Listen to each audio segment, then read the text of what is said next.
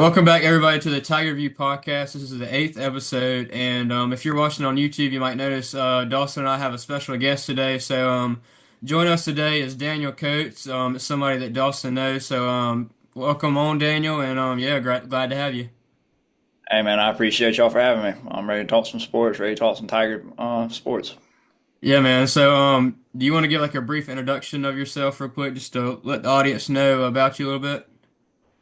Yeah. So me and Dawson went to high school together and played football, baseball, all the kind of stuff together. Big time football fan, big time baseball fan.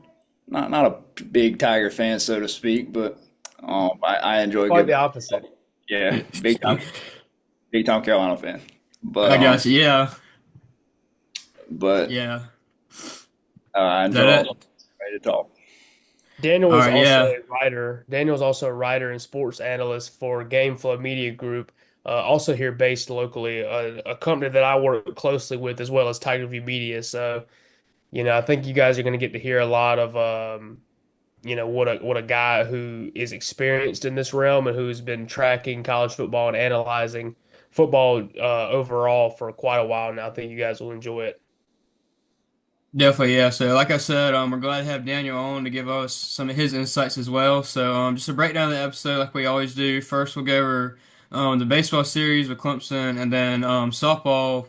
They won the ACC, so we'll kind of go through that a little bit, and then touch on women's lacrosse, and then a little bit of news at the gymnastics program, and then the big chunk of the episode this evening will be our post spring ball top 25 rankings, so our own rankings that we have brought. So yeah, just stay tuned for that, and then just the upcoming week schedule with Clemson Athletics. So yeah, let's just dive right into it. So another rough series for baseball. They lose the series to Duke. This is their third straight series loss. Just going over the scores from the weekend, they win game one 9-7, and then game two 15-10 loss, and then today 8-4 loss. So yeah, it just seems like we're saying the same thing over again, Dawson. But yeah, what's your thoughts, man?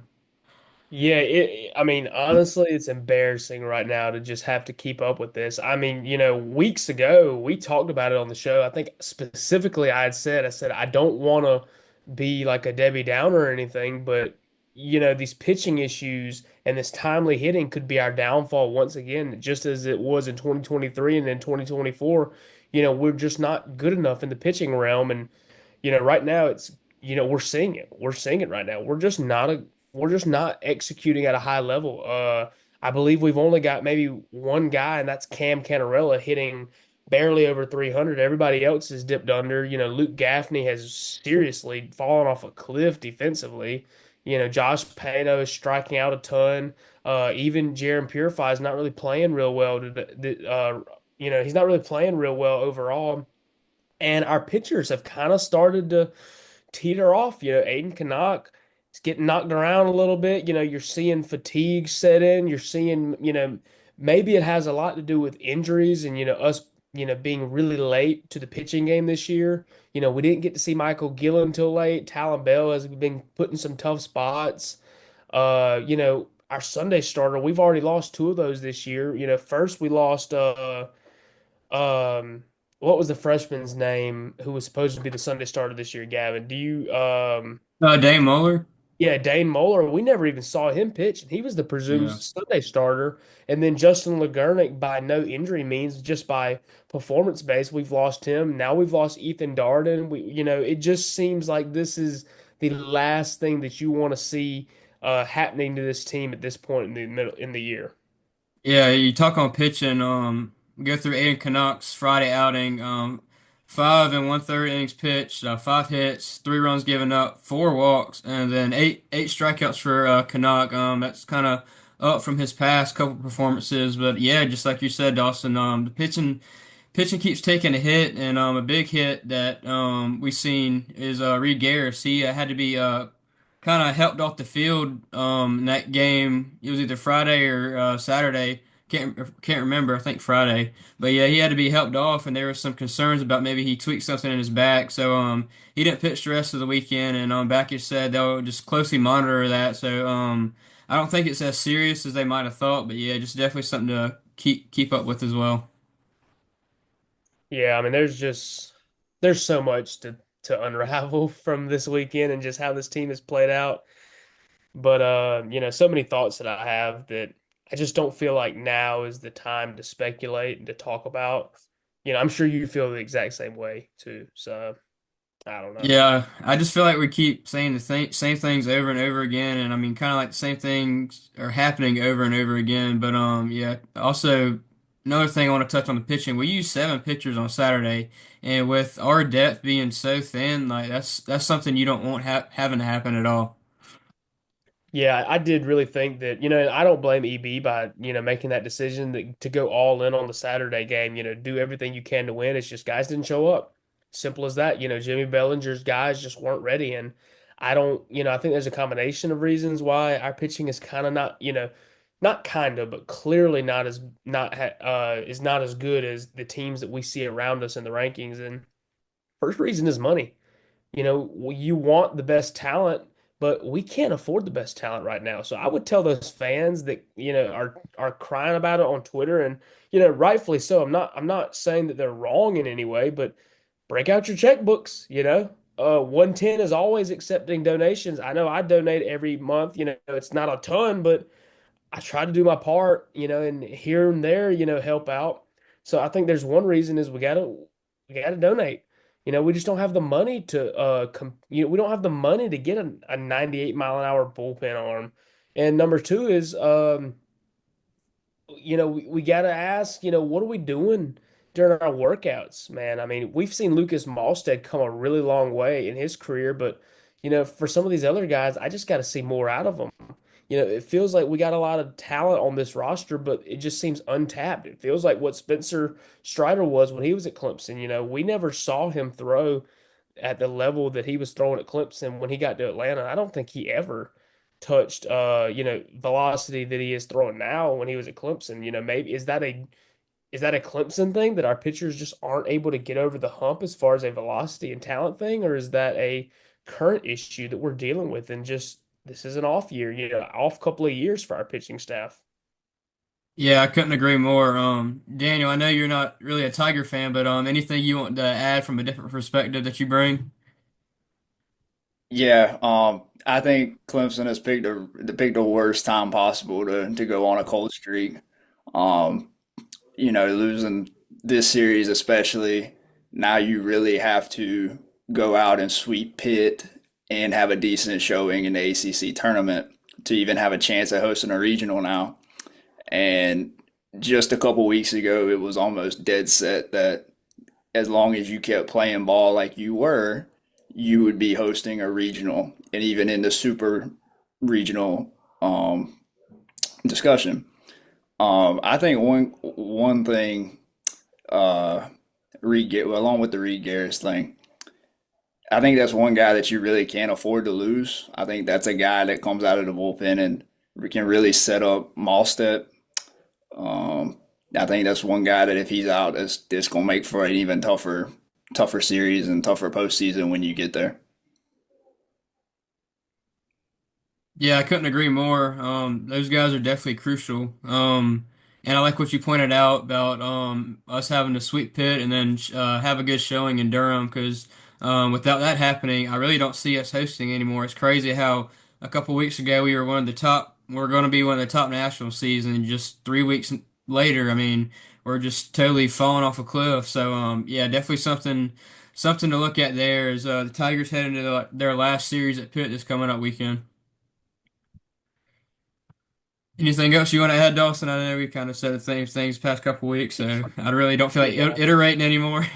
Yeah, I don't. I mean, if people want to hear our thoughts on it, just go back and watch any one of the last three episodes. Yeah, especially last week's. Last week we really got into it. So yeah, if you want to hear about the struggles from this Tiger team, take a look at last week's episode of the Tiger View podcast. But yeah, kind of shifting gears to a more positive note. Clemson softball. I said last week if they ride that hot streak to Boston, I feel like they could win it, and that's exactly what they did. They beat Virginia in game one. Game one 7-4, and then beat Virginia Tech 10-9, and then ended up beating Florida State 2-1 to win the ACC championship. So just some of the highlights from that, Taylor Pipkins, she hit a grand slam in game one versus Virginia that was really crucial in that first game win. And then in that game two win, we were down 9-2, and they ended up scoring 8 runs in six in the bottom of the sixth to come back against Virginia Tech. And then I know everyone pretty much saw it yesterday in the championship game. Kylee Johnson, she hits that 2-run homer in the sixth to put the Tigers up in the game. So yeah, just your thoughts, Dawson. Yeah, it feels like a total 180 from baseball. Softball got off to a little bit of a slow start to the year, and we really weren't sure what we were going to have in this team. And look at them now; they've grown a lot. Coaching staff has done a phenomenal job. Just overall, the leadership on this team has been amazing to see. Macy Cintron coming in as a freshman has just played amazing. You got players like Maddie Johnson, Alex Brown. These girls have just been phenomenal. You can't speak enough on them. And like you said, going into the sixth inning where you've been out hit the entire game, down a run in a huge moment, you come up clutch with a 2-run bomb to pretty much, go ahead and win the game. And then, Brooke McCubbin just another great outing of her out of the pen, just solid pitcher. And honestly, I'm just really excited for their tournament.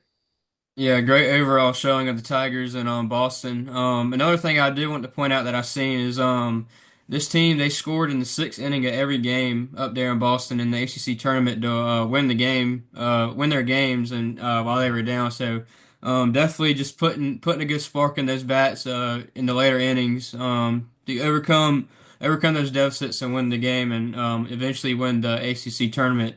And another thing I do want to point out too, one of our followers on X, is Henry C. He said, "Has there ever been a Clemson team to win a championship in a season where they were thought less likely to do so?" And he pointed out that he was thinking that the '81 football team was possibly the last team to do so. So, yeah, kind of a good discussion point. Dawson, what do you think? Um, Yeah, I mean, this is Clemson, our first ACC tournament, or first ACC championship. My bad. It's a pretty new program. We're well on our way to becoming a blue blood if we keep it up at this rate. We keep the girls hot. But yeah, about that comment, it's tough for me to think about it because as long as I've been alive, Clemson has pretty much rolled through everybody. From 2000, I'm born in 2005. From 2000, 11 or 12 up, everything has been expected. You're expecting to win, and I guess I really can't speak much on 1981, seeing as I wasn't born then. So, but I'm gonna take his word for it. I believe him. Yeah, I'm right there with him too. Like you were saying, we weren't born in 1981, but just from what I can think of and what you were saying, Dawson, Clemson. I mean, Clemson's always been competitive, and they've always been one of the ones to be up there, and people would give them an opportunity to win championships. But yeah, just like that '81 team, I think this softball team is kind of in the same discussion whenever it comes to winning a championship. Talking about the ACC championship, and then yeah, we'll see. We'll see what the girls can do in the NCAA tournament as the selection shows actually just started at 7. So I'll try and give an update later if possible if we'll be hosting a regional, which I kind of expect us to now. But yeah, I'll kind of jump back on that if I have to. So yeah, kind of shifting gears real quick. Clemson women's lacrosse, they won their first ever NCAA tournament game against Navy on Friday, and then they ended up losing to North Carolina, who's kind of a powerhouse in women's lacrosse today to end their season. But yeah, they finished the season 14-7, getting their first NCAA tournament berth and also their first NCAA tournament win. So just a shout out to those lacrosse girls. I know we've kind of kept up with them a little bit on the podcast. So yeah, just a great year for the lacrosse team. Yeah, could be prouder of a new team like that. Just representing well and having great facilities. Yeah, no doubt. So, yeah, one more thing I want to point out about with Clemson athletics before we roll into our spring top 25 is Clemson gymnastics. They're expected to have a new coach on Monday morning. There's going to be a board of trustees meeting on Monday morning, and it's been confirmed that it's about a new gymnastics coach. So, I'm hoping Graham he'll do a good job of hiring a good gymnastics coach, and I think he will. He's done a pretty good job of hiring in the past couple of years. So, yeah, just can't wait to see the news about that on Monday morning.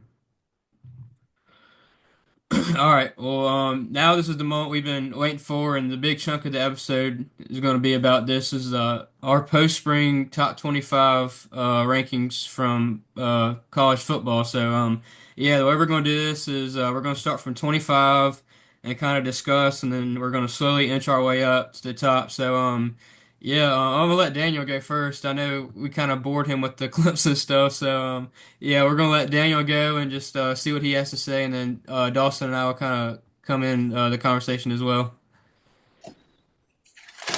All right, so for my 25th team in the country, I have the Oklahoma Sooners. Um, 6 and 7 year last year. Everybody knows Brent Venables, Clemson legend, is the head coach over at Oklahoma.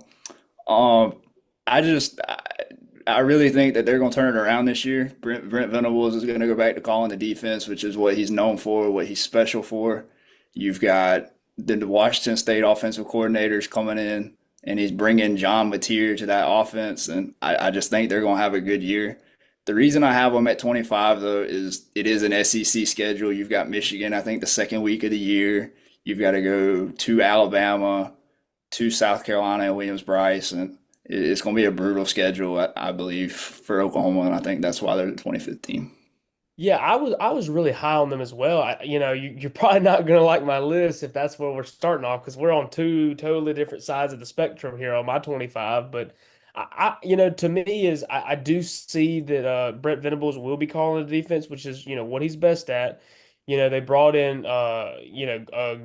great game planners like Wes Goodwin and guys like that. But overall. I think this is a big make or break year for Brett Venables. This is going to be a tough year for him, but they didn't convince me enough to put him in the top 25. So they're gonna fall out of my top 25 just barely. So at my number 25, I am going to slide Iowa in there, the Iowa Hawkeyes. I really believe in their defense. When you think of Iowa, that's what you think of, their stammering defense. They're really going to put a lot of faith in those linebackers they got coming in there.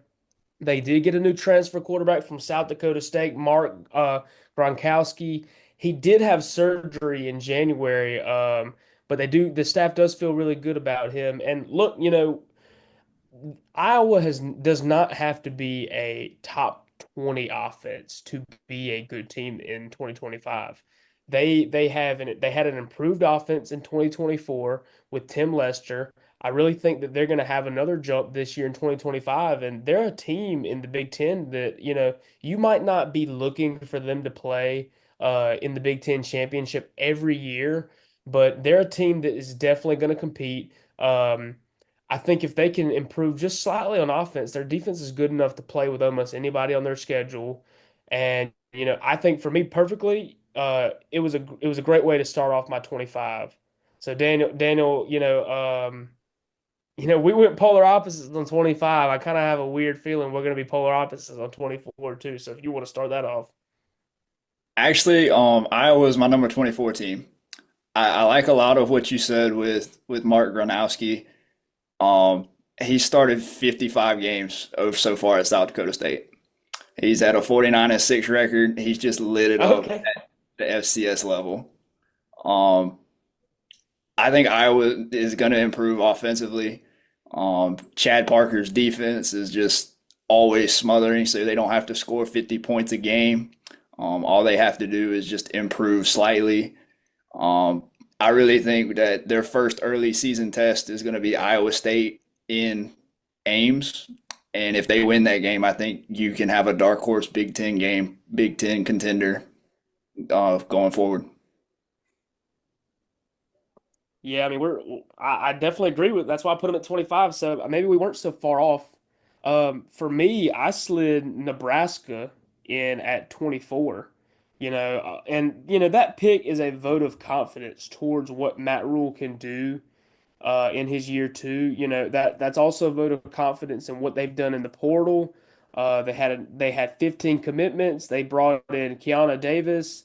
And to me, is they have a really favorable schedule, especially in the front half. I think they could easily, sneak in and say they win 8 or 9 games. I think that's very easy for them to do this year. That if You see Dylan Raiola take the proper steps. You see Matt Rule, which year three for Matt Rule in college has statistically been his best year when rebuilding a program. So I'm banking that bet off of is his ability to draw a crowd, his ability to really develop his players, and Dylan Raio's ability to show us who he is.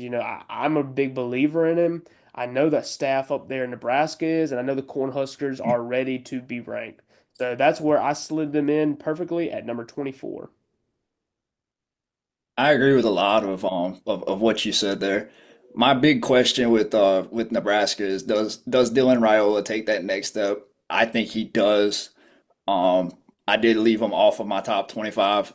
Just I don't know if they can still win the close games. There's a lot of games that Nebraska gets into that's always decided by one score, and usually they're always on the losing end of that. And I don't know if they can overcome that bug. Um, I love Matt Rule as a coach, and I do think that they're going to have a decent year. I don't know if they just did not crack my top 25 this time. All right, all right. Where are you going at 23 right here, Daniel? 23, I'm going with Hugh Freeze's Auburn Tigers. So they get Jackson Arnold in from Oklahoma. They've recruited brilliantly out of the high school level. I think it's back-to-back top 10 classes. That's huge in a stacked SEC. They did land one guy. You got um, excuse me. They landed Eric Aaron Singleton, Singleton. yep, out of Georgia Tech, and I think that really went under the radar. You've got Cam Coleman. I think that you've got Jackson Arnold has weapons, and I really think that they're going to be utilized this year. Um, I just think Auburn finally takes that step forward to where they've been going on an upward trajectory. Okay, at 23, I slid a team in there that to my knowledge, I think you might have them in there as you might have them mixed in there somewhere as well, and it is the Georgia Tech Yellow Jackets. They were extremely competitive all 2024. They're getting Hayes King back. They got Jamal Hayes coming in at running back. He's one of the best running backs in the country, according to ESPN. And I like Tyler Santucci, at defense in his defensive coordinator spot there. They showed a lot of improvement from 2023 to 24. And, really I believe in the Georgia Tech system. They went from a couple of years ago being a total, run option team to now being a team that can do it all. They were really competitive all last year. And when you're competitive in a lot of games, that means you're getting close. You're just, you're making the wrong calls here or there. But I think they've learned from a lot of that, and I think they're a really dangerous team. You think of how Georgia Tech played against Georgia, that they can be competitive with that kind of level of a team. And to me, is I think they can be competitive with every ACC team they play. And truthfully, that's all they're going to have to do this year, to get in the mix for the ACC championship. So that's why they land at number 23 for me. I like to think of Haynes King as he's almost like an Iron Man quarterback. It seems no matter how many times he gets hit, no matter how many times he goes down, he always gets back up, and he's a fiery competitor. Um, my biggest concern with Georgia Tech is who's going to step up and replace Eric Singleton. That's a big loss on the outside. I think Haynes King does have a good year. I think the Yellow Jackets have a good year. I like that pick at 23. Now, for you at 22, I could probably guess who you're going to slide in there, but I don't want to take the spotlight away. So go ahead and reveal that to us, and I'll see what I think about that. I have the Baylor Bears at number 22. Dave Aranda is going to go back to his roots of calling the defense. At the end of the year, they really started to get it going last year. You've got quarterback Sawyer Robertson's coming back. He had over 3,000 yards last year, had 30 touchdowns. The Big 12 is such a hard conference to judge because I think there's a lot of good teams. There's just not an elite team. Like, does that make sense? Is what I'm saying? Yeah. There's a lot of good teams, just not an elite team, and I think Baylor is going to be a good team. Yeah, I've seen them, bounced around a lot this year in the rankings, and To me is they're another team that for me they're kind of just sitting right on the outside. I do believe in a lot of the points you made, but for me, I slid in number 22 Tennessee, the Volunteers. A lot of people, they had them out. I saw it, and I understand it. They're losing a lot. They're losing James Pierce. They don't have Nico back there at quarterback anymore. And don't get me wrong, Nico is not a terrible quarterback by any stretch of the imagination. If he would not have left, Tennessee would not be saying the things about him that they have been saying. But he's gone, so you got to move on. I believe in what Josh Heupel can do with quarterbacks. I believe in Joey Aguilar. I don't think he's done yet. I think he's a really good player. Uh, I just for me is I find it hard to slip Josh Heupel out of this top 25. I had to slide him in there right there at 22 where he does take even if Nico wouldn't have gone anywhere, I would have given them a drop, but I think 22 for me is the right spot that I feel they should be in. Man, I don't think there's enough good things that you can say about what Josh Heupel has done for Tennessee. Snapped a losing streak against Bama. Has made the Vols a competitive, got them into the playoffs last year. I did leave them off of my top 25 because of what all they lost and with the saga with Nico. Um, I'm sure that they will make their way back into the top 25, but with Joey Aguilar as the quarterback, and I know they got their weapons and that defense and all that, but I think Joey Aguilar is going to have to prove that he is an SEC quarterback before I feel confident in putting them in a top 25. Okay, okay. Where are you going to go at 21? At 21, I have Lane Kiffin's Ole Miss Rebels. All right. I know a lot of people are going to say that's really low and everything, but on both sides of the ball, they lost a lot of production. You lose a very, very, very talented quarterback in Jackson Dart. You're replacing him with a guy named Austin Simmons who has zero career starts. He's back, he's backed up Jackson Dart for I think 2 years. Um, I think he's a very talented player, but for where a lot of my rankings are, it's a lot of the guys that are on the field. How much do I trust them? And I think the most important position on the football field is your quarterback. And can you trust him to make the right decisions? Can you trust him to make the right reads? And there's not a lot of experience there. You lose Trey Harris on the offensive side of the ball. You lose just a couple guys at receivers that those targets that Dart had. On the defense side of the ball, you're losing a couple of guys that were really good. Um, you got a SEC schedule that's going to be brutal as always, and that's why I have them at 21. I think they're a good team. I just have them starting out a little low until Austin Simmons can prove that he can prove it to me. I'm not gonna actually really get that upset at that pick. I really don't mind it. The only reason that I would, favor them a little higher would be because I trust Lane's ability and how well they've done in the portal and regaining talent. Now I know there's no way to live by that. You live by the portal, you die by the portal. But I just trust at this point in Lane's career, I trust him enough to, are they going to compete for a national championship this year? Probably not, but I do think that they're going to be lined up in a pretty good spot this year. So for my pick at 21, I went with the Texas Tech Red Raiders, who seems to be a hot commodity of everybody this year. And my biggest reasons was their elite transfer portal class. They're floating some money around. They're getting financial support. Joey McGuire, I love what he's doing there. Uh, they're returning, a lot of talent on the offensive side of the ball. So that's one thing to me is that when you're able to return that kind of talent, that automatically less things have to be reinstalled to guys in spring ball. And another thing to me is I view the Big 12 as kind of like you said earlier, is there's no one dominant team.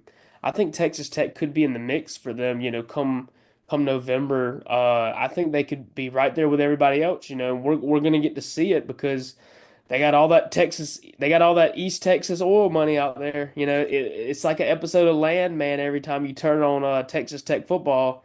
So, we're gonna get to see. I'm gonna bank on the fact that Joey McGuire's done a great job out there, and I hope I'm right. So, what do you think about my 21 pick?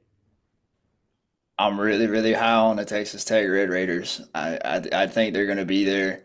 Um, I'm want to say they got Michael Hudson back after he transferred out, and Yep. then I think he transferred back in. I think that's a big acquisition back. Man, I love everything Joey McGuire has done for Texas Tech. I really do like that pick at 21. All right, let's slide in. Let's hear your number 20. My number 20 team also resides in Texas. It is the Texas A&M Aggies. I have them at 20. I love what Coach Elko has done. I think Coach Elko is a very good coach. Um, I truly think that they are going to take a step forward this year. You've got Marcel Reed, who's got a year under his belt. He's going to have a full camp. Um, had a lot of SEC experience this past year. I think schedule is it's tough, but I think it's more favorable than other SEC teams. So I think week 3 you have to travel to South Bend and play Marcus Freeman's Irish, which will be a tough game. I think it'll be a great game. You've got to play LSU and you've got to play a couple of these other games, and I think the Aggies are gonna be a good team this year. I don't know if they'll be top of the line. Also, they play at Texas at the end of the year, so depending on how their season goes, that could potentially be a playoff play-in game for these Aggies if their season goes according to plan. Yeah, like you said at the end of the year, like a playing game, almost very similar to how it was this year. Almost, that it's kind of the vibes it give off. If they don't choke that game to Auburn, they're very much playing for their playoff hopes right there. And yeah, I mean, I'm definitely on the same level as far as A&M. I might have them a little higher personally, but a lot of what makes them unique is. Um, I don't think this is the same Texas A&M as when Jimbo Fisher was, hanging around there. I think they're, personally, I really like Mike Elko. I like what he's doing there. So yeah, I'm gonna definitely, give my breakdown of them whenever I get to them. But for me, I'm going to slide in at the number 20 slot, the Auburn Tigers. So I was a little higher on them than you were. A lot of the decision goes into me banking on Jackson Arnold, coming in and securing that job. I think the freshman quarterback is going to push him pretty hard. For some, I'm just totally blanking on his name. I cannot remember their guy's name. Deuce Knight. Deuce Knight. Yeah, Deuce Knight. I'm a big fan of him. I love his work. I've watched a lot of his high school tape. I think he's a great quarterback. But really, what it comes down to me is Auburn had a lot of close games last year. They had a lot of bad luck. And to me is if they would have had a little bit better quarterback play, do you think they would have won some of those games that they lost? And I think they would have, and do you think, it comes down to do you think that Jackson Arnold is a little bit better of a quarterback than Peyton Thorne? And I think so. That's a big reason that puts me in their spot. And people do want to look at the faults of Jackson Arnold in Oklahoma, and I would say that it felt like anything that could have gone wrong at Oklahoma for him did go wrong. At Auburn, he's gonna have better weapons, like you said. He's got Eric Singleton, Cam Coleman. But overall, I just really do think that Hugh Freeze has these Auburn Tigers in a good spot. And they're going to make a monster improvement on their 2024 campaign. I agree with that 100%. The one when you say a lot of bad luck, the one game that comes to mind for me is when they played. I don't remember what week it was, but they played Oklahoma at Jordan Hare, and it just seemed like in the fourth quarter, what could go wrong did go wrong. You had I think it was a pick six and a scoop and score and all kind of stuff that could have just gone wrong.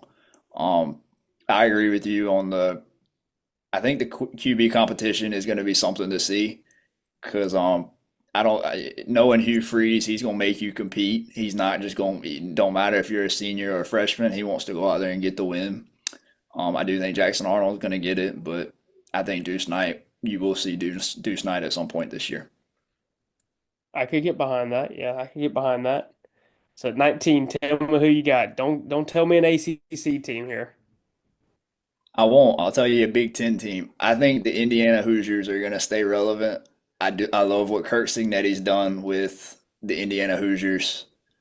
They do lose Curtis Rourke, but man, they got to transfer him. But I'm blanking on his name at the moment. He's going. I think he's going to kind of come in and fulfill that Curtis Rourke role. I don't think they're going anywhere. I think they return most of their offensive linemen.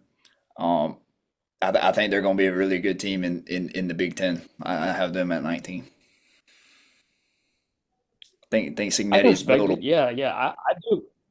I do agree. I don't think they're going anywhere as far as a, team. The only thing I would question is how are they going to respond now from getting a little bit of a taste of a playoff, seeing kind of what it feels like.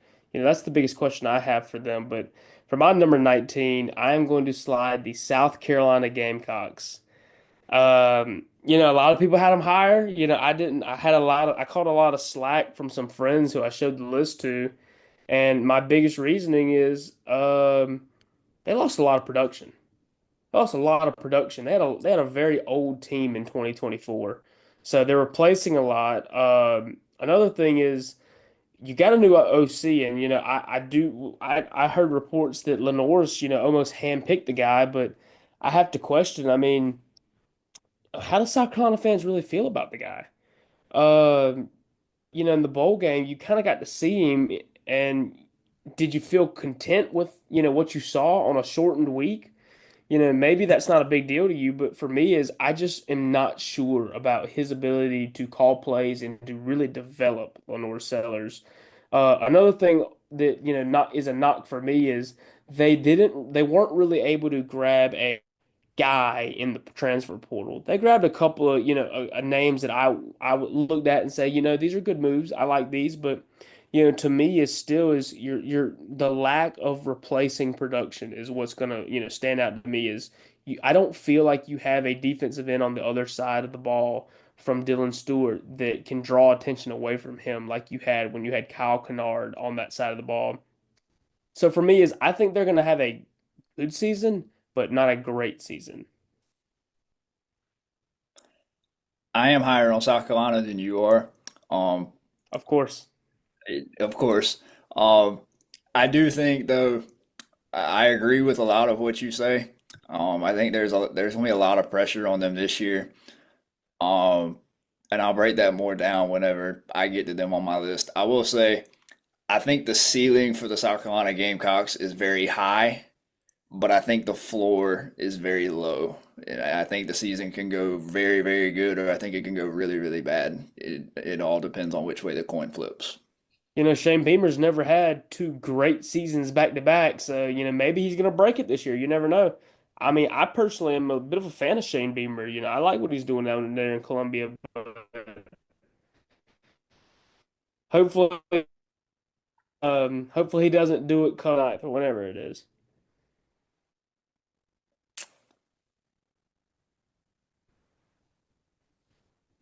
All right, I've gone first every time. How about you tell me who your number 18 team is, and let's see how we differ. Okay, okay, yeah. I know you're gonna disagree with this, and Gavin, you might even disagree with this one, but I'm gonna go with the Miami Hurricanes. I am really buying into Carson Beck this year.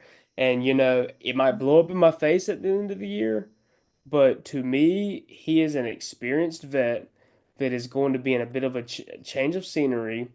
And, when we look at Georgia in 2024, a lot of blame does get cast on Beck. And I'm not going to excuse that blame, but I would like to say that they had a ton of receiver trouble in Georgia that people do like to overlook. So I think he's going to get a bit of a scenery change. They are losing Xavier Restrepo, but I feel like they've gained enough in the portal with wide receivers that I still feel good about them. And defensively, they made a change. They did make a change. They hired Corey Heatherman, who was previously at Minnesota. You know, he's a great DC for them, and I just like what Mario Cristobal has done with the Miami program and his ability to draw out people to donate and get money. And you know, them landing Carson Beck out of the portal is a prime example of that. So I'm betting on them. You know, they're not playing Clemson in the regular season. You know, they don't have a insanely hard schedule. I could easily see them having a 9 or 10 win season. You know, you never know what could happen down there in Miami.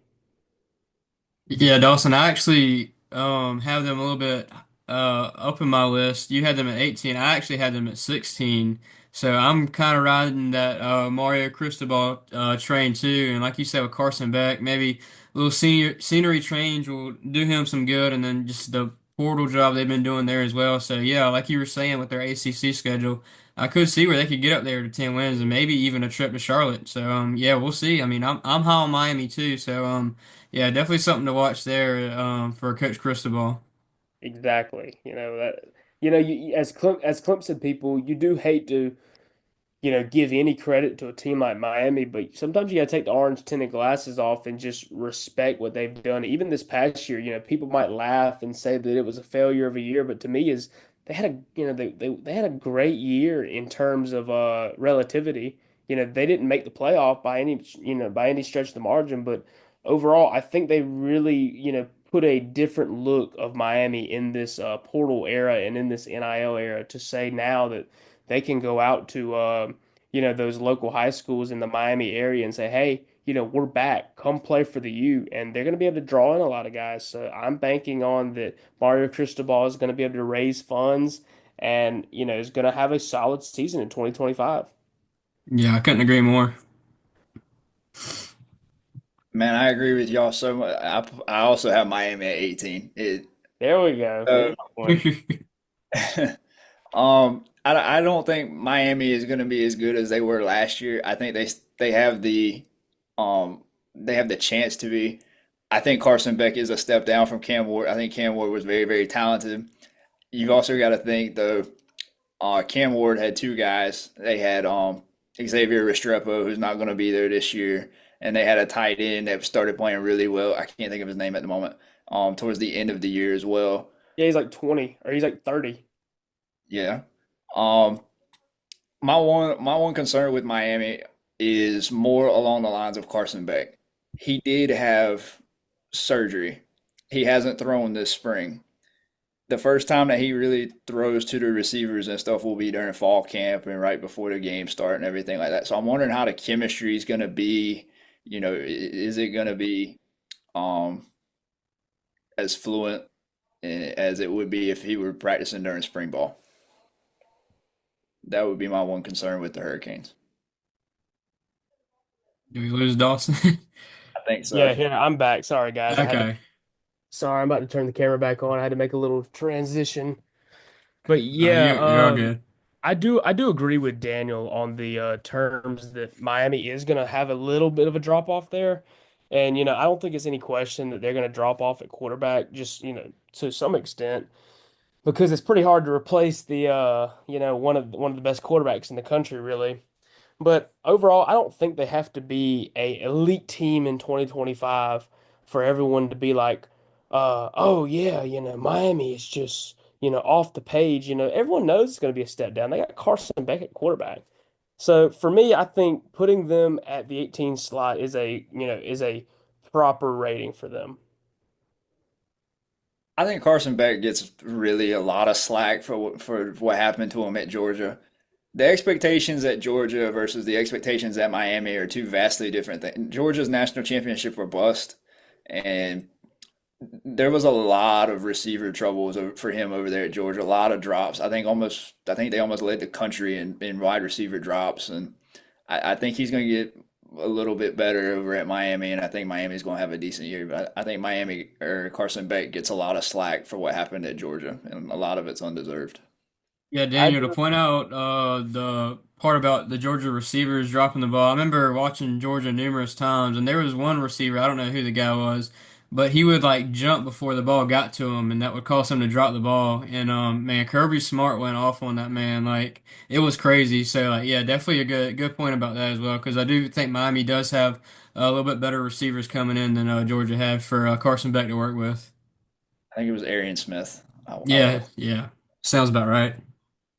I'm gonna give you guys my 17, and y'all have to promise not to like ban me from ever talking about college football again. So at number 17, I have the Michigan Wolverines. I believe in their defensive core. I believe in their offensive line talent. Presumably Bryce Underwood to me will be the starting quarterback to them for them. I don't see a world that they can start someone else and Bryce Underwood stick around in Michigan. I really don't.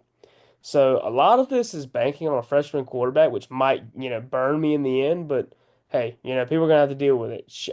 Sharon Moore's coaching, they're still in the midst of suspensions and allegations and dealing with punishments.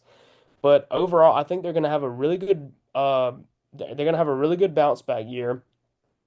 And to me, is I think it's all about they are playing a tough schedule, but it's about being competitive, really.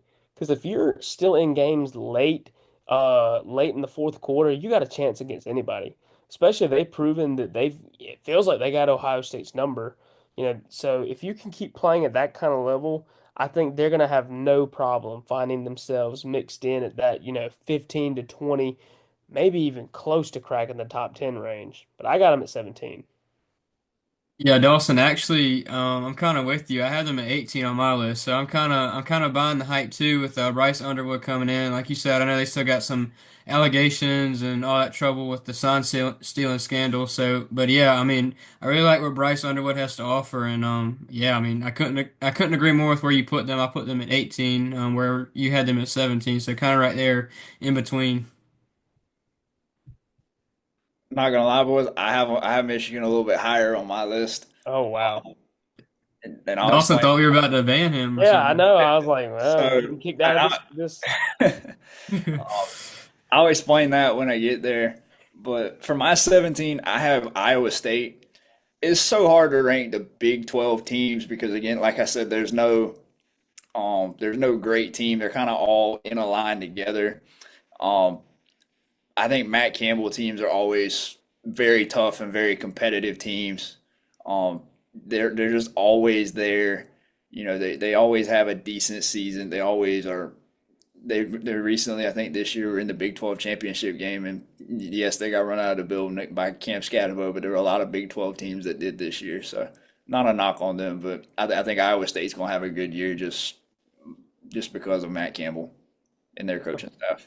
Gavin, this is probably the same with you. The first thing that comes to my mind when I think of Iowa State is Brock Purdy throwing the ball getting tipped up into the air, Brock Purdy running up to it, and then batting it forward, and Mario Goodrich picking it off and running it back for a touchdown. That's the Cheez-Its Bowl. The whole Yeah. 2021 year feels like a fever dream. So to Good me, that's time. the only thing I can even think about when I think of the Cyclones. Yeah, Dawson, yeah, funny you point that out. That feels like so long ago, but yeah, Mario Goodrich with the whole Brock Purdy thing. I mean, that was a good game for Mario Goodrich. He won MVP, I think, but yeah, I think the same thing with Iowa State. They're a really good team. Matt Campbell, or is that who it is? Is that who the coach is? Yeah, Matt Campbell. And yeah, like you were saying, Daniel, like it's really hard to rank these like Big 12 teams because it kind of feels like baseball. Anybody could beat anybody on any given day. So like with the Big 12, I mean, it's a fun league to watch. I love watching the Big 12 and just see what kind of scrambles on throughout the season and what just ends up happening right there in the postseason in that conference championship game. For sure. At number 16, I'm going to take the Ole Miss Rebels. Hotty toddy, I believe in program momentum, and last year was a big deal for me. I do understand that they're losing a lot of production and a lot of talent, but I mean, I've really bought in, like I said earlier, I bought into Lane Kiffin's ability to go recruit and get in the portal, and you did make the point that Austin Simmons is going to be taking over. He hasn't played a lot, but I'm a firm believer in the guy. I've watched him play a little bit and studied him a little bit, and just listening to what people that I know who have connections to Ole Miss say is they're excited for him. They're really impressed for him. And they could have gone the route of Walker Howard this past year, and they didn't. That tells me one thing that Austin was able to come out and grab the job by the throat and take it over. So. I think they do have a bit of a favorable schedule. They're avoiding Alabama, they're avoiding Texas, they're avoiding Texas A&M as well, all in 2025. So to me, the path is there for them to make some noise in the SEC and maybe be a competitor come down the stretch. I agree with you. Uh, Again, I had them lower than you did. I agree with a lot of what you said. I think the main thing that I have when it comes to Ole Miss is when you look at last year, you won some of the games that you weren't supposed to, but you also lost one of the games that you weren't supposed to. The one game that comes to mind for me is Florida. When Florida was struggling, that's one game that you couldn't afford to lose. Jackson Dart had a bunch of late turnovers, and for me, it comes down to, are you going to make those same mistakes again? Now you're starting over with a different quarterback. You know, I understand program momentum and everything and everything that comes with it, but now it's almost he's been in Lane's system. But it's different playing on a Saturday versus during the week against the practice squad and everything like that. Nothing against the Ole Miss defense and everything like that. I think they're gonna have a good year, but I think Austin Simmons is gonna have a he's gonna have a good year. Just might start out a little rough. Um, we're at 16, right? I had Kansas State for 16. Another Big 12 I think team. we're at 15, aren't we? Are we 15 or 16? I think it's 16. I think it was 16. Okay, yeah, yeah. Go ahead, 16. Yeah. But yeah, I had Kansas State. I'm a really big Avery Johnson believer. Um, he's a lot of the reason why Will Howard, excuse me, transferred out of Kansas State and then went to Ohio State and won a national title. He had a couple rough patches this year, but I really do expect Avery Johnson to have a really good year. Um, I really love Chris Kleiman. I think he's one of the better coaches in the Big 12, along with Matt Campbell and Dillingham and all those other guys. But I think Kansas State's going to have a good year. I have them above Iowa State because I think they won. I think Kansas State won the head-to-head against Iowa State last season. That's the only reason they're ahead. But I think Kansas State has a good season.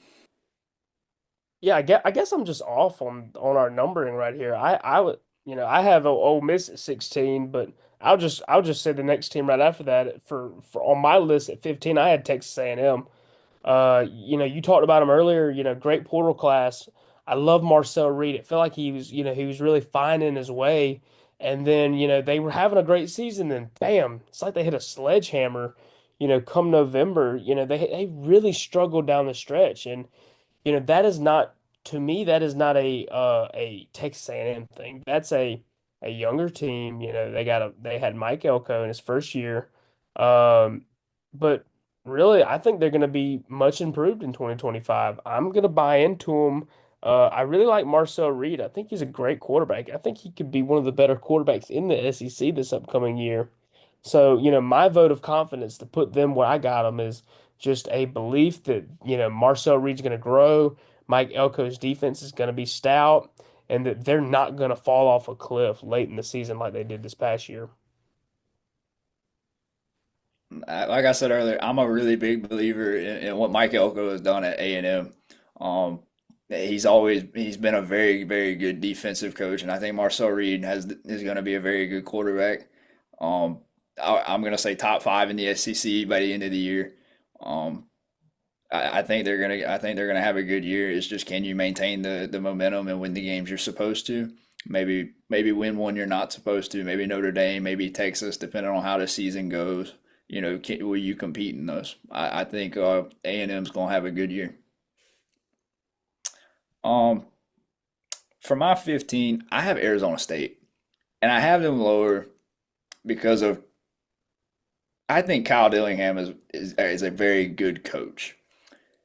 But man, you don't have that powerhouse running back that's going to run it down your throat every play. Cam Scatterbo was that guy for Arizona State last year, and I think that is a big, big loss on the offensive side of the ball. You return Sam Leavitt. Sam Leavitt was a good quarterback last year. He returns. I think on the defensive side of the ball, you've got some guys returning that were key contributors. But I feel like they're gonna take a step back from where they were last year because that kind of production that Scatabo had, I don't think can be replaced this season. Maybe in another, maybe next season or when they get a guy like that. But I think Scatabo was a big part of that last season. Over 2,000 yard rushing, a lot of touchdowns. Nobody wanted to tackle that man. I can dig that. I can get behind that. I'm not my thinking is not too far off of that. But I'm I'm still coming up on Arizona State. So I'm gonna save my ammunition and what I think of them for when I get to them. But for 14, I'm going to stay in the Big 12.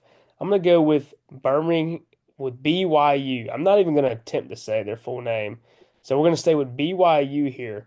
I'm going to talk about what I talked about before. Like Ole Miss is they got a lot of momentum.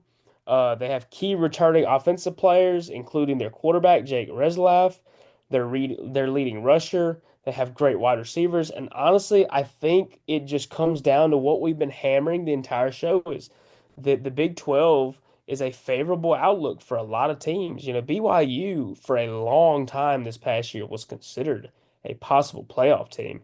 And I don't see why there's any reason that they can't be in that same conversation this year. So there's my vote of confidence. I got them at 14.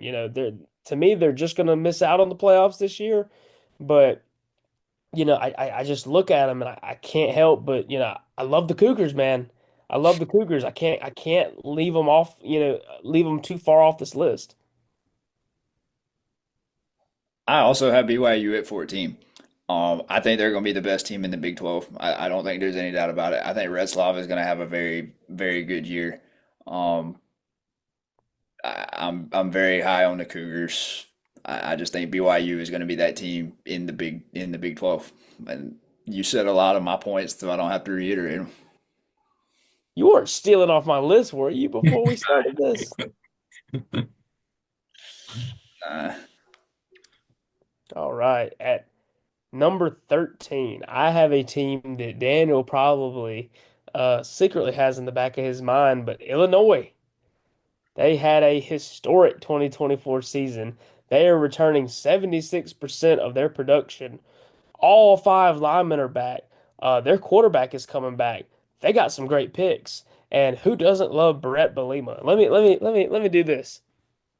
Let me do that. What are we doing here? I know you can't see the full extent, but I'm doing the substitution sign. I love Brett Belima. I love Illinois football, and I am super excited to see them this year. I think they could be a serious dark horse for the playoff if they play really well in the Big Ten. They're gonna have to jump through some hoops. I understand that, but man, I love Brett Belima. He has done a phenomenal job at Illinois, and we even saw it last year in their bowl game. I can't remember who they played, but they did really well in that game. yeah, they played soccer on in the bowl game, and Oh yeah, yeah. Sorry, yeah, forgot. Dawson taking shots. they So I'm a little. I like that pick. I'm actually a little higher on Illinois, and I'll explain why when I get there. My pick for 13 is Michigan. Y'all talked about them earlier. Um, the reason I'm so high on Michigan is I really like what Sharon Moore has done. I really like I think Wink Martindale has finally got his defense rolling. They started off last season rough, but once they adjusted to the college game, and it was probably middle of the year, they started really playing. They started playing really well.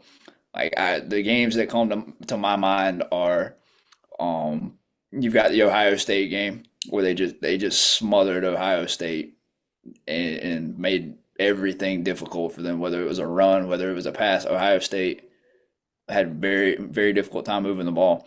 The other one that I think of is the bowl game. Ryan Williams was still on that field for Alabama. Jalen Milroe was still on the field for Alabama. And that Michigan defense held tough against that Alabama offense. Um, on the offensive side of the ball, I'm very, very high on Bryce Underwood. I think Bryce Underwood is going to be very, very good. Maybe not his freshman year, maybe not the first couple of games, but I think you're going to see strides throughout the year. Um, I think Bryce Underwood is going to have a very good career at the University of Michigan. I can get behind that. You guys are making me sound foolish now. I thought I was going to get crucified for throwing Michigan in there, but here we are. And I'm excited to announce for my number 12, I'm going to go with the Arizona State Sun Devils. Give me some Dillingham. They're going to get back in the playoffs. I totally believe it. They're going to be the best team in the Big 12. Hopefully. They're returning a ton of production. Like you did mention, you mentioned that they lost Cam Scatterbo, but can you name who else they lost after that? Not off the top of my head. Uh, Nobody. Nobody. They didn't lose anybody else. They're going to be a great team in 2025. Kenny Dillingham, a young guy who flipped a 3-9 team to an 11-3 team really quick. And guess what? They're avoiding a heavy set schedule. All signs are pointing to the Sun Devils are going to be dancing, come December. And I do want to say, they got a transfer wide receiver by the name of Noble Johnson. Not a lot of people know that man yet, but trust me, that's a bad man. Watch out for number 3 out there in Arizona. Yeah, we're on number 12, right? Yes, correct. Yeah. All right. My number 12, Go I ahead and have throw in Clemson. We know it. I have Florida Gators at number 12. And a lot of that buys into DJ Lagway. I think DJ Lagway last year kind of arrived, but I think this year he is going to be one of the best quarterbacks in the SEC. Um, I think you really have to give a lot of credit to Billy Napier because a lot of the noise around Gainesville at the beginning of the season when they lost to Miami, and then throughout the couple of games that they lost, the noise got really, really loud of Gator Nation calling for Billy Napier's head. And I think that that team really turned the page, and I think they really made a successful season. I'm not gonna say a successful season, but they had a better season than what the beginning of it looked like. And I think Billy Napier this year is going to have a very good Florida team. Um, they may squeak into the playoffs um, if they have a really good year. I think if DJ Lagway does what I think he's going to do, I think Florida is going to be a very good number 12 team if they get there. If they play like a top team, that like I think they will. Yeah, let me jump in for a minute. I honestly think we're sharing the same mind because I have Arizona State at my number 12, Dawson, and then right after Arizona State is Florida. So we're kind of all thinking the same thing. And I'm with you, Daniel. I'm really on the DJ Lagway hype train as well. With Billy Napier, what he's done there, and then Dawson also with Arizona State, and you touched on Noble Johnson, a guy who was at Clemson and who actually I thought was going to make a big impact, just I guess wasn't the right fit, but now he's at Arizona State and just getting in that offense. I really hope he gets some playing time because man, that he is a really talented guy. So yeah, really, really on the big hype train with Arizona State and Florida with my 12 and 11 picks. So yeah, we're kind of on the same bus with all those. Now, for me at 11, I'm going to go a team that a lot of people probably aren't as high on. Is I'm going to go with the Southern Methodist University Mustangs. Give me SMU at 11. I love Rhett Lashley. I love everything about their culture. They're returning a lot of guys. They're returning Kevin Jennings, who I think is going to be a really good quarterback in 2025. And you saw a lot of that in 2024. I think their schedule plays out for them. I mean, I know they got to come to Clemson, but outside of that, I really do think that they're going to go on another run this year and they could sneak into the playoff. You know, do I see them going to Charlotte to possibly win the ACC again? Maybe. I think it's a toss-up really this year. Outside of Clemson, I'm not seeing a super dominant, secondary team in the ACC. So I feel comfortable sliding them at 11. I don't know if you guys even probably have them in the top 10, but what do you guys think at 11?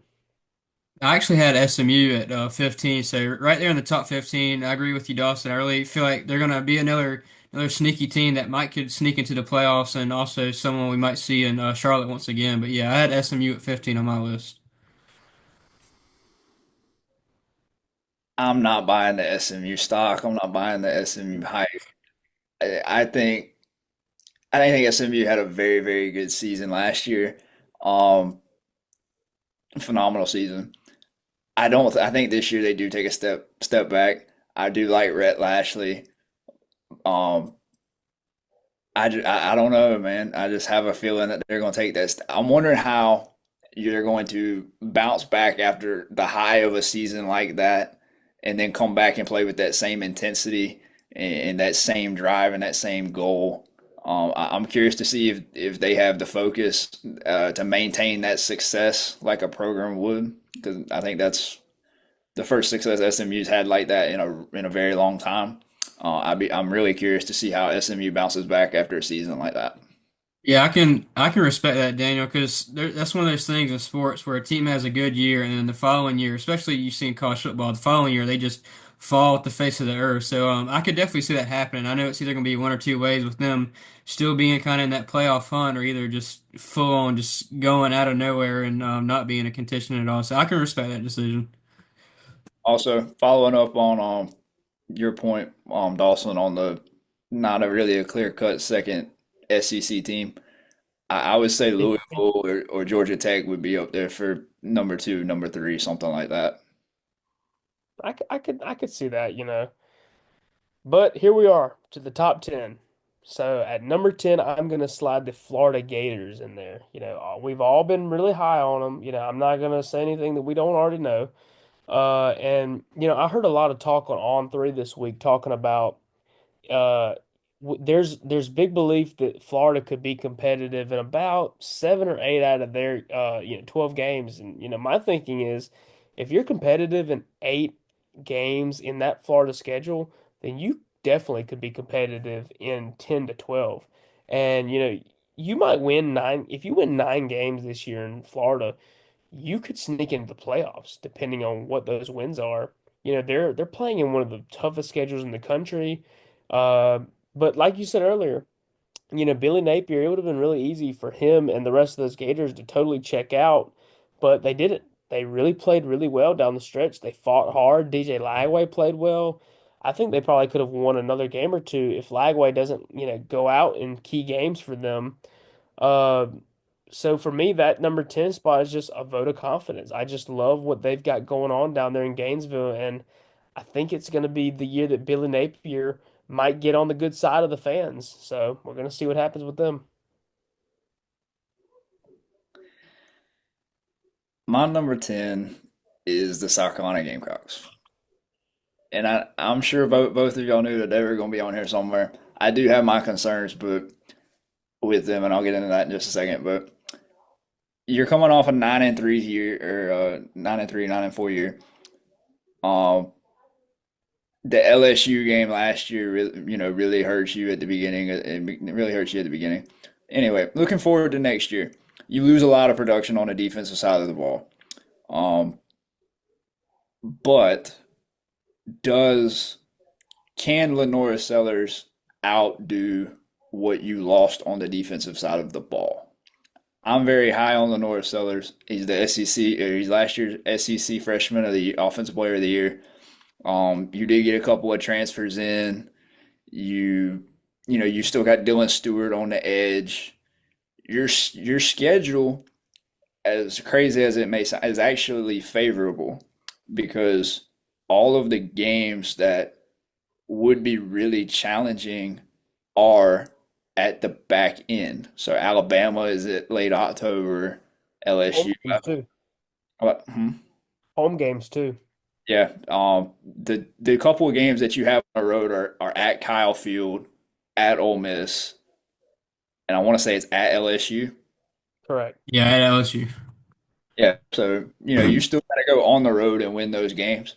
And like I said, I believe the ceiling is very high, but I believe that the floor is also very low. Um, I think offensive coordinator. Um, I think the bowl game isn't really a good because you only have a couple weeks to really prepare. So you kind of run what you ran during the season, Hope it works. I'm interested to see what a full offseason with Mike Shula looks like.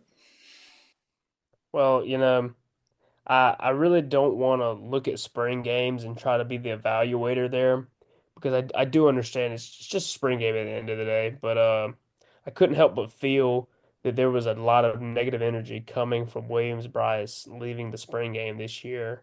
So, maybe that played a little bit in my ranking, maybe it didn't.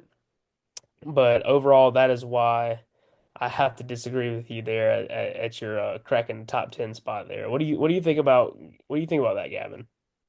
I mean, like Daniel was saying, Carolina definitely does have a high ceiling, but also a low floor. But I don't know. I mean, like you were saying, with those tough SEC games, they're on the back end, and some of them are even home at Williams-Brice. So it's definitely something that could be possible. But yeah, just another challenging season. But it's all based on how the North Sellers can do, and you got Dylan Stewart on the edge, like you were saying. But yeah, how the North Sellers can play is definitely going to be the point of this Gamecock season. All right, number nine. I feel like now we're kind of getting into the meat and potatoes of these rankings.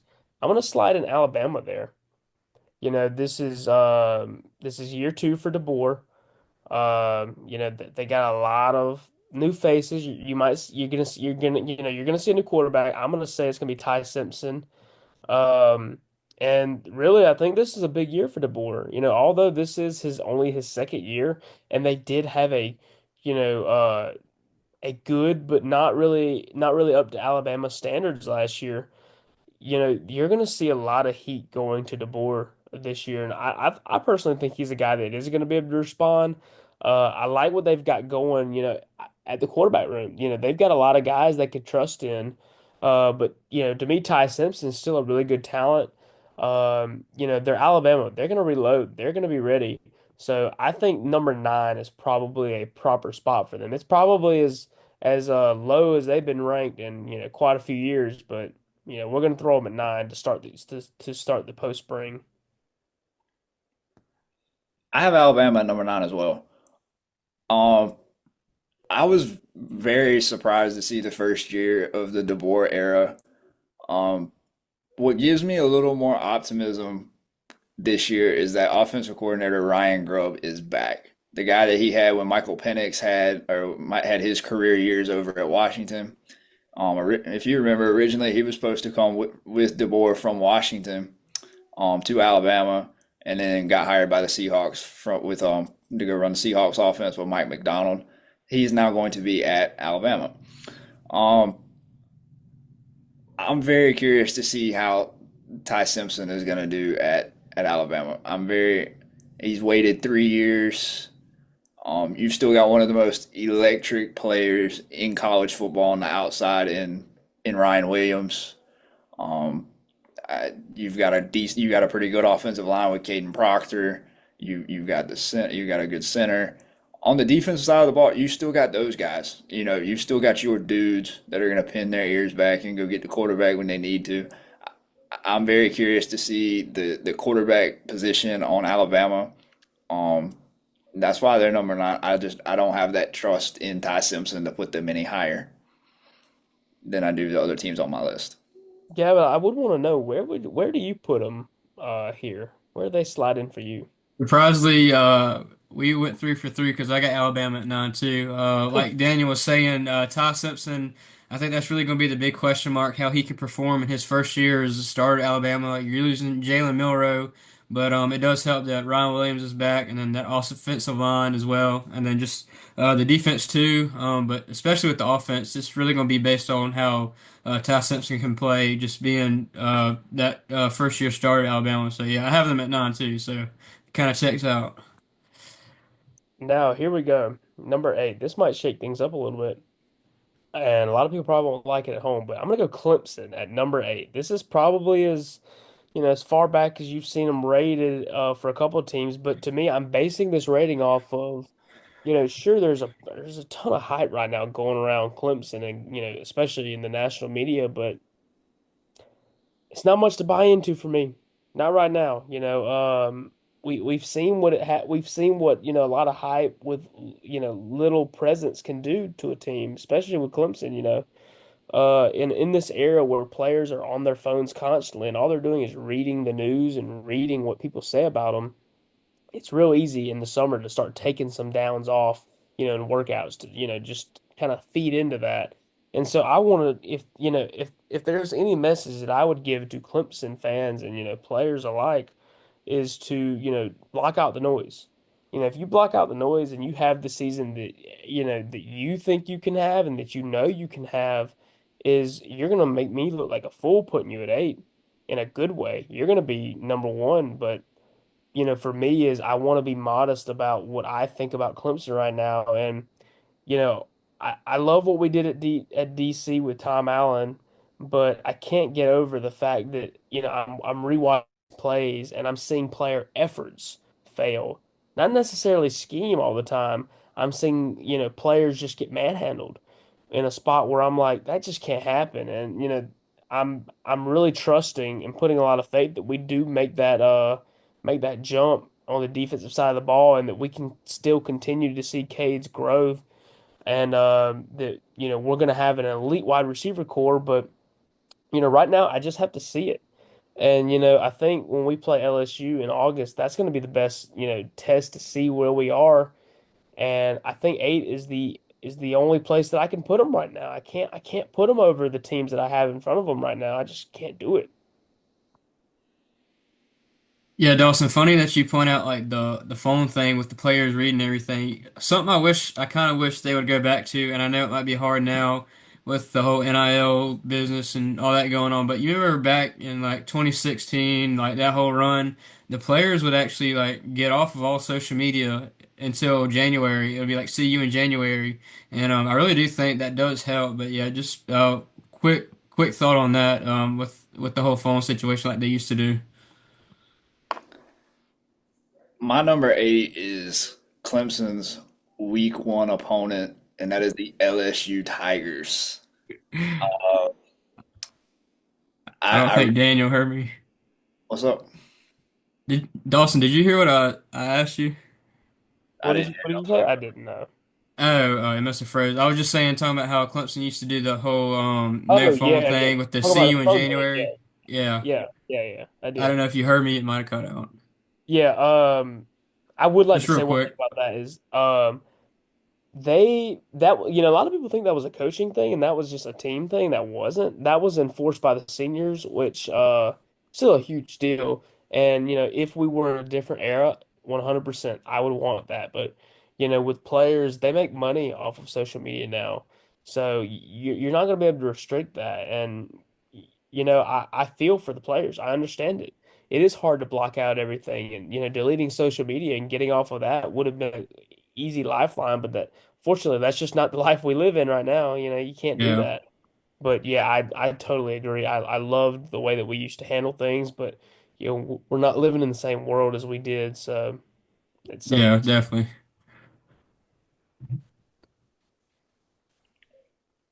All right. My fault there, Gavin. I really didn't hear you No, when you were not, talking. no, you good. My number 8 is the LSU Tigers. I like what they're returning. You've got Garrett Nussmeier with the experience. Um, you've got Caden Durham, the running back that's returning. You've got on the defensive side of the ball, you've got Whit Weeks. You've got Harold Perkins that's going to be back after he tore his ACL early last season. That's going to be a big help. Um, I think Blake Baker on the defensive side of the ball really helped this LSU team in his first year. And I feel like they're only going to be better once they're back at full strength next year. I think everybody knows that Garrett Nussmeier is a stud. There's no question about it. Um, I think the biggest question, again, as usual, on is the head coach. Brian Kelly has always shown that Brian Kelly cannot play or coach in the big game whenever it gets to it. So if LSU gets to that game, it sounds bad, but is he going to Brian Kelly in those kind of games? And that's why I have them at 8. I think they're going to have a good year. I'm really interested to see the Clemson matchup. I don't think it's a good matchup for LSU though. I think we're kind of flip-flop there. I got LSU at 7 actually. So, we're kind of trading spots there.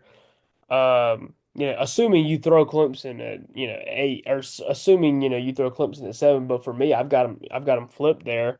My belief in LSU stands with Garrett Nussmeier. It stands with Harold Perkins. It stands with Whit Weeks. It stands with the recruiting that they've done. And it stands with who they are as a team. They're a SEC powerhouse. They're strong, they're physical, they're loud, they're going to get in your face.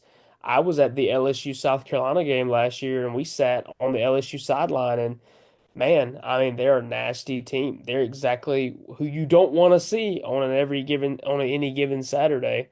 Um, my faith does not stand with Brian Kelly or that staff. I'm not a big fan of Brian Kelly, really. I'm not sure in his ability to coach a team like LSU. I'm not really sure why he gave up Notre Dame, a lifetime contract at Notre Dame, just to come here to where there are heavy expectations on him. And, I think this is a situation with LSU where it's, if not now, when? It's now or never, if you can't produce this year, then what is your ceiling? Because you should have no excuses this year for your team.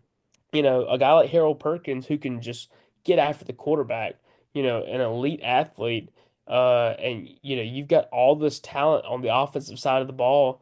There's no excuses. There's nowhere to hide for Brian Kelly, and if he comes out and lays a goose egg against Clemson, and we see him bang his hand on the table, who is he going to be staring at? Who's left to blame other than himself in LSU and what they've done? And, I am a big believer in what they can do this year. That's why I put them so highly at 7. But at the end of the day, Brian Kelly is just going to have to come out and show me who he is in that week 1 matchup against Clemson. Brian Kelly isn't the only coach on that list that on this list that has a problem like that. We're gonna get to them in just a minute. Oh, I can guess who you're about to say. Yeah. One other thing that can be pointed out about LSU looking forward to this year, their transfer portal class. Their transfer portal class was one of the best in college football. I want to say it was the number 2 ranked transfer portal class in the out of college football, and I think like the average player was the number 2 player per position when they did it. So they got quality and the quantity in their portal class. I think that's going to be a big part of their success this year. I agree. And I have to ask Gavin, where do you rank LSU? Where will they be ranked when we line up against them on August 30th? Hopefully at 7:30. Yeah, hopefully at 7:30, not no noon game. But anyways, yeah, I have them at 8 on mine too. So kind of just in the same area you guys have them. Just yeah, I mean what they have coming with them, Garrett Nussmeier, along with those other players that y'all said. But just kind of what's holding me back is the same thing with Daniel, just with Brian Kelly in big games. So he's shown time and time again he really can't win those big games. So I mean, just until he can prove that. That's where I'll go with them at 8, and then also talking on that transfer portal class. That is something that is key with them, but just once again with Brian Kelly in those big games. So yeah, I'll have them at 8 too. Okay, at number 6, I'm gonna go a team that I was told that I probably ranked a little too high, but I'm not gonna apologize for it. Give me the Notre Dame Fighting Irish. I get they lost their quarterback, but guess what? It's I gonna don't be think I did CJ 7. Carr. Hmm? I don't think I did 7, did I? I thought we were discussing you at did I do 7? I don't remember. 7. Because I had You LSU, I give think. us yeah, you haven't given us a 7, have you? Yeah. Oh, my fault. Totally out of whack right now. So I had the Georgia Bulldogs at 7. It's the lowest I think you could put Kirby Smart. I think there's a lot of uncertainty around the Georgia Bulldogs. Um, I can't think of many other teams that are going to go to a playoff and lose in either a quarterfinal or a semifinal and it be deemed a failure. And that's what last year was to the Georgia Bulldogs. My biggest question mark with the Georgia Bulldogs is Gunnar Stockton. He's been in the program. He looked, I guess you could say, decent when he played against Texas. Looked okay against Notre Dame. But the question is, does he take that step forward and lead the Bull? Can he be that guy for the Georgia Bulldogs this year?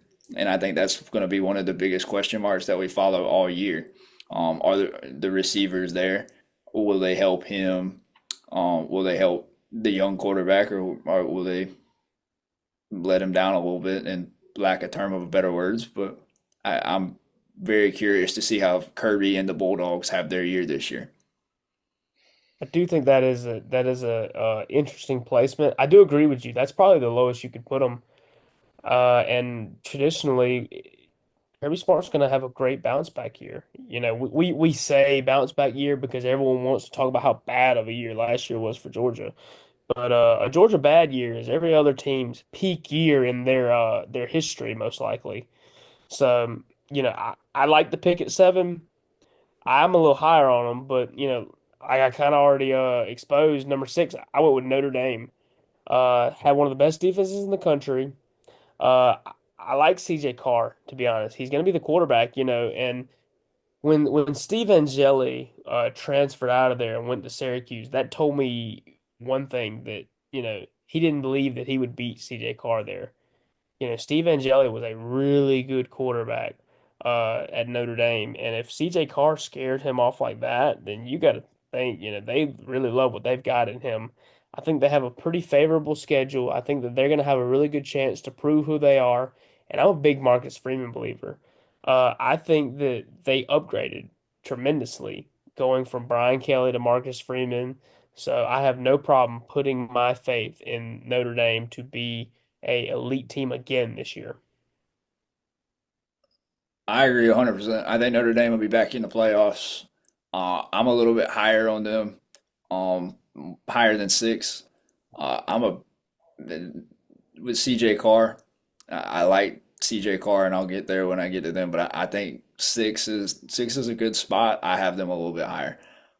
My number 6 is Penn State, the Nittany Lions. Penn State has had guys for years. They've had the Saquon Barkleys, they've had the Michael Parsons, they've had Abdul Carter, and they've had all of these star players on both sides of the ball. But when it comes to the big game, James Franklin has not been able to get it done. And my question for Penn State fans, is I know that 10-win seasons are great, but is that all you want? Or do you think that James Franklin can get you to that big game? Do you think he can pull it out for you? I'm not sold on Drew Aller. Drew Aller, I think, is a good quarterback, but I think we saw some of the weaknesses in the Notre Dame game that were exploited. I think I think Penn State still has a good year. I still don't. I think they get in the playoffs. I don't think they go to the national championship though. I know there's a lot of people that have them at 1 and 2, but it's been proven to me time and time again that when it comes down, game on the line, big game, James Franklin and the team that shows up do not get it done time and time again. It's hard to argue with you, but I'm gonna try it in a couple minutes here whenever we get to my pick for Penn State. But number 5, I'm gonna slide into Georgia Bulldogs. So I'm not too far off of where you put them, but to me is there's so much belief in what Gunnar Stockton can do. I think he's a Georgia boy for sure. I like what he's doing. And Kirby Smart. Kirby Smart is a great coach. He's a great recruiter. He's a great motivator. I know personally, I've met him before, and he blows your socks off the way he talks. If that tells you anything, he's a great motivator. He could convince your local JV team that they could beat the Patriots. And I think with a loaded roster like they always have, that's a scary thing. They're going to have a lot of momentum going into this year, probably a chip on their shoulder with how that they were physically beaten down by that Notre Dame team this past year. So I think that's going to play a big part into their success in 2025. So that's why I feel comfortable sliding them at number 5. I can't argue with you there. I'm a little bit lower on Georgia than you are, and just realistically thinking about it now, I probably should have flipped LSU and Georgia, but I'll leave them where they are. My number 5, I have the defending national champions of the Ohio State Buckeyes. I wonder how Julian Sayin is going to come in and play quarterback for the Buckeyes. I wonder if last year Ryan Day finally pulled through and got the job done. I think Jeremiah Smith is a superstar, and I don't think there's nothing that can be said otherwise about Jeremiah Smith. Um, they did lose a lot of production. Um, I think Ohio State's going to have a good year. I do have one other Big Ten team ahead of them. I'm just very curious of how good Ohio State is going to be this year. You've had the setbacks with Michigan. Um, it seems like Michigan's had your number the last couple years. And I'm curious, does that ease the pressure off of Ryan Day having a national championship now, even though you haven't beat Michigan in the last couple years? Because there's a lot of people in the Ohio community that would rather beat Michigan every year than win one national title. So I do wonder how that pressure on Ryan Day picks up if they don't get the job done against Michigan this year. I would have to agree there. A lot of those points. I'm probably a little higher on Ohio State there, but overall, I do like you bring up the point about Julian saying and that man that wears number four. He's a amazing player. Probably one of the best receivers that I've ever seen play personally. And Gavin, I want to know what do you think about Jeremiah Smith up there in Ohio State? Man, Jeremiah Smith, he's something else. Even just being a freshman last year, he was making plays that I've never seen before. And I know Marvin Harrison Jr., he was a great at Ohio State, but I think he might be just a tad bit better than Marvin Harrison Jr. And I mean, you look back at all the other guys that have played wide receiver at Ohio State, and you got to think with him just coming in his second year, you got to think he might be one of the best that has ever come through playing at Ohio State. I I think so, and that's high praise coming from a school that has put out so many NFL wide receivers like they have. I remember it was at some point last year. There was a, I don't remember who came out and said it, but they were talking about if Jeremiah Smith, finished out this season and then sat next year, he would still be the number one receiver going into the draft. And you got to think that's an incredible talent that Jeremiah Smith has. It seems like Ohio State just has a pipeline of receivers that come in, and Brian Hartline is one of the best wide receiver recruiters out there for sure. At number four, I'm gonna slide in the Oregon Ducks. I really like Dan Lanning. He has been a driving force behind what Oregon's been able to do these last couple of years. They did have the number one seed this past year and totally blew it against Ohio State, but that's an outlier. I'm ready to put that behind us. I'm ready to say that, Dante Moore is going to lead these guys to another elite season this year after losing Dylan Gabriel. Um, and one thing that really matters to me and is a very common theme in these top teams is elite recruiting class. They have one of the best recruiting classes in the country.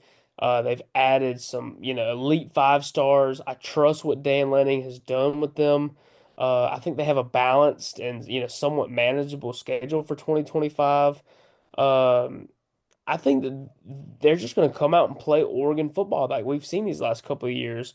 They're backed by all the money that Nike has, so it should be no surprise what they can do with their team. And it goes back to Dan Lanning, a phenomenal coach, a guy who was on Georgia's staff and who was I believe it was the DC in 2021 whenever, they whooped up on Clemson physicality wise on the defensive line. So I think there's no shock to what anyone has seen what he's done at Oregon as just pure elite football. I love that pick so much. I also have Oregon at four. I I love what Dan Lanning has done at Oregon. Um, one of my favorite Dan Lanning moments, I'm sure y'all remember this when they were playing Dion in Colorado. They're playing for clicks, we're playing for wins. Dan Lanning knows how to get his guys fired up. Um, I have them at four because yes, they lose some of the production, but I feel like they got better in a lot of different areas where they weren't very good last year. They had a bunch of acquisitions through the portal. You've got Dante Moore. I've watched Dante Moore's high school tape and all that kind of all that film. I think Dante Moore is going to be very good for Dan Lanning's Oregon Ducks. Dan Lanning and the Oregon Ducks love to they like to hit you in the mouth. They're a physical smash mouth football team. And I think they're going to have a very, very good season. I think you'll see them in the playoffs. I think you'll see them pretty far in the playoffs. I don't see a world where Dan Lanning and the Oregon Ducks are not in the playoffs. I have to question, Gavin. Now that we've both discussed our four, who do you have at that spot? It's another situation where you have the same idea. I got Oregon at 4 as well. So, I mean, like y'all were saying, Lanning, he's a great coach, man. I mean, just what he's built there at Oregon, and y'all were saying all the other players that they have coming in that are making them even better. I feel like Daniel was saying, I think Oregon's going to kind of go pretty far this year, too. So, yeah, I got Oregon at 4 as well. I feel like each time you ask me, Dawson, like who I got where, it's like the same thing y'all have. So, but yeah, Oregon at 4 for me. It's definitely felt like it. I can tell you that. But number Yeah. three, we will not have the same. I will not have the same as Daniel. I'm gonna go Ohio State right here. Matt. For me, Ryan Day has really kind of put the demons to rest a little bit. I know he still hasn't beaten Michigan, but winning a national championship might be a little above beating Michigan in my opinion right now.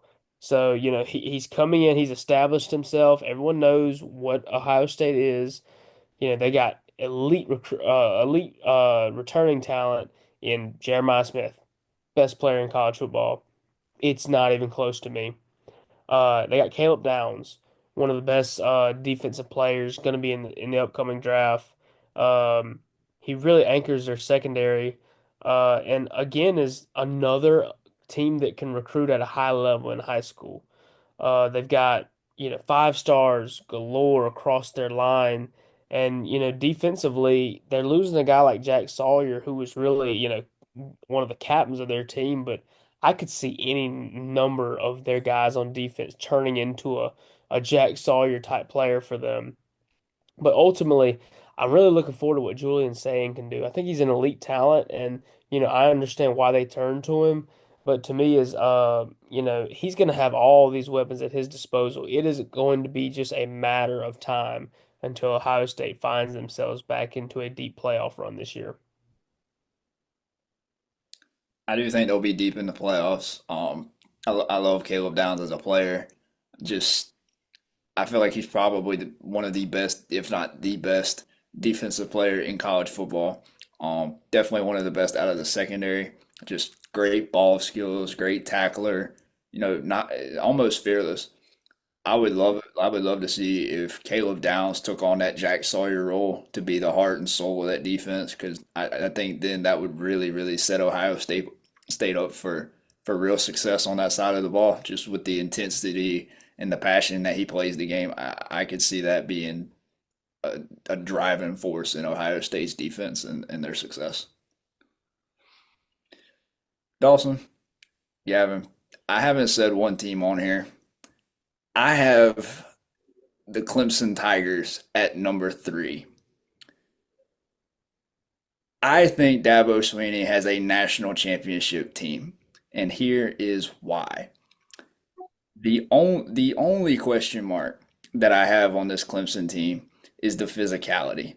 Can they play physical for 4 quarters of football? I think on the offensive side of the ball, you have the number one quarterback in college football. I think Cade is the number one quarterback in all of college football, and I think he's the number one quarterback prospect for the NFL draft. Um, you've got a good set of backs. At receiver, you have Bryant Wesco, TJ Moore, two guys that showed big time flashes last year. They get to take another step forward. On the defensive side of the ball, that defensive front seven, you've got Wade Woodaz, you've got Peter Woods, you've got TJ, you've got all kinds of just dogs on the D line in the front seven. But the difference is you now went out and bought Tom Allen. I think Tom Allen brings back the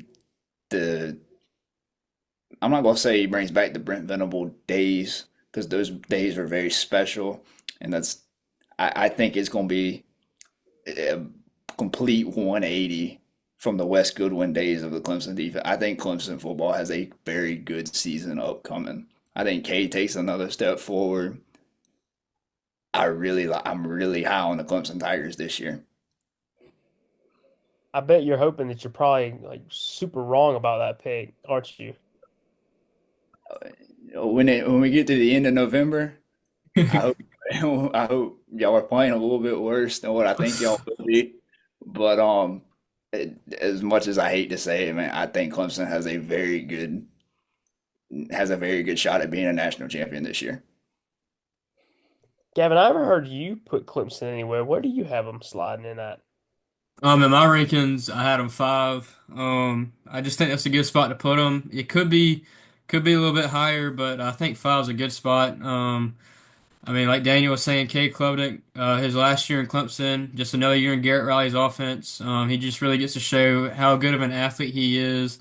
And then the wide receiver core we have, especially with the addition of Tristan Smith, man, I know Dawson and I was at the spring game, and just the catches he made, and especially that one catch where he scored the touchdown. I mean, guy's gonna be very truly something special. And then just the defense, especially with Tom Allen coming in, like Daniel was saying, a total 180 from what Wes Gowan was giving us out on the field. So, yeah, I got Clemson at five. I think that's a perfect fit for him.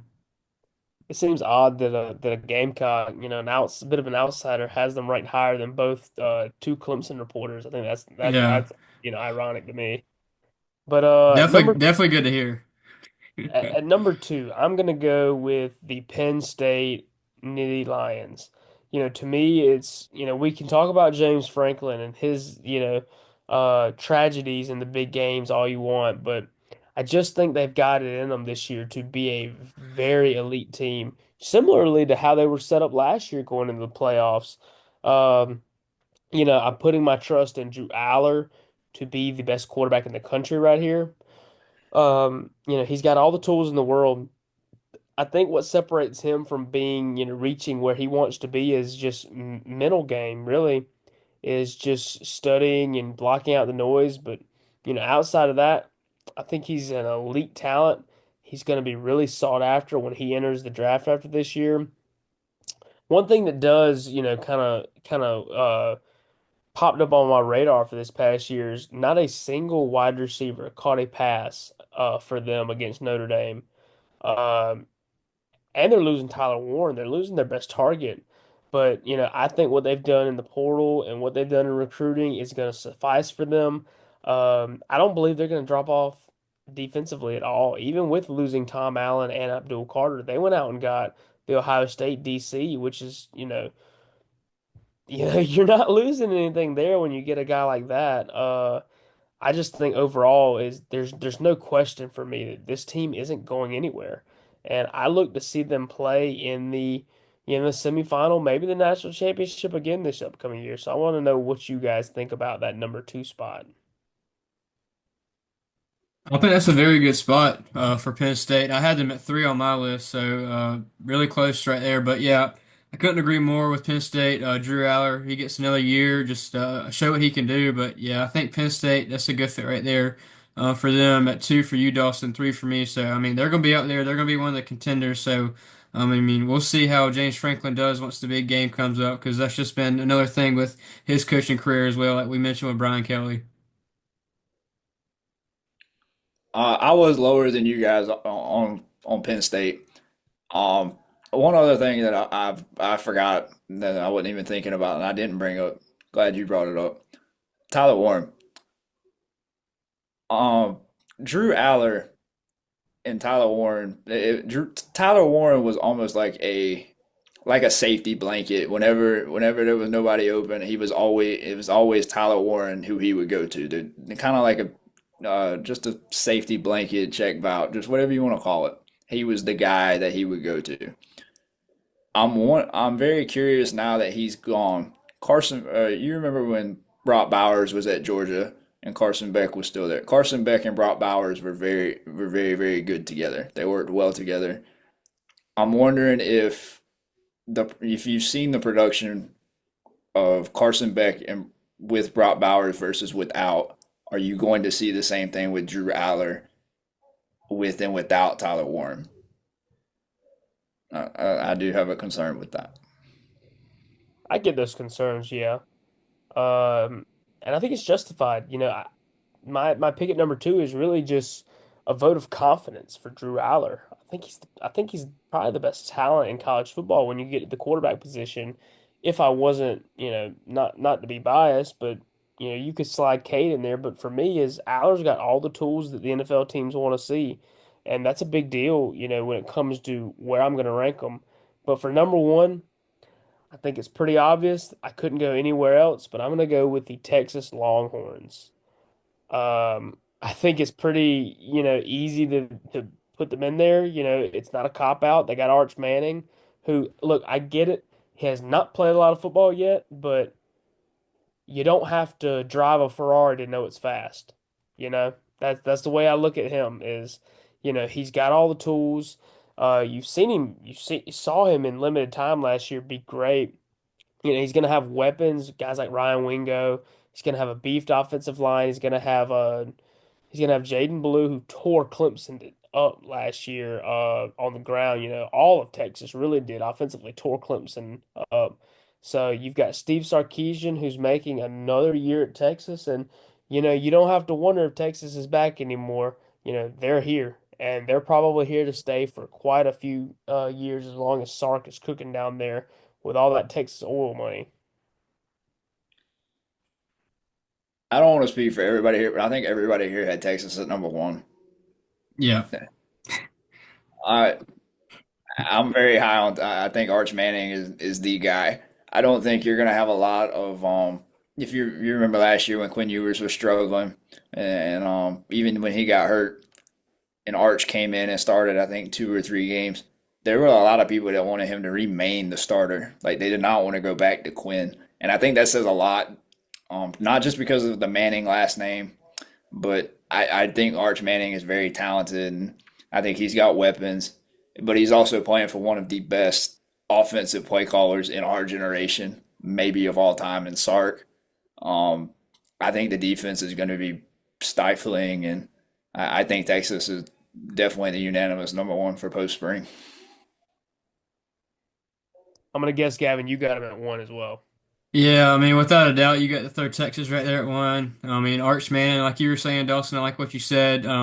You got a Ferrari. I mean, talking about how fast it drives, you ain't got to drive it to know it's fast. But yeah, Arch Manning going in there, taking over. Like Daniel was saying too, there was many times last year where Texas fans wanted Arch Manning in there over Quinn Ewers, but now Arch Manning finally gets his first year being the quarterback for Texas. So I mean, and they just got talent all around. So there's no reason that they shouldn't be number one ranked. I think we had a good list. I really do. I feel confident about it that I could put that up against anybody else's list and still be, able to defend 1 through 25. So, I know we do want to hit on a couple other things before we get out of here, but I do want to thank Daniel for coming on and giving us his opinions and giving us his list. Yeah, no doubt. We do thank Daniel for coming in. I mean, he gave great insights, and we're definitely gonna have to bring him back in once college football season rolls around, and we can do some more of these rankings and other things, discussions during college football season. So yeah, we thank you for coming in, Daniel. What you I, think, man? What you think? I appreciate you guys for having me. Definitely a lot of fun. Would definitely love to come back if you guys would have me. A lot of fun. Appreciate it, guys. Yeah, of course. So, kind of just wrapping up now, back on Clemson stuff real quick.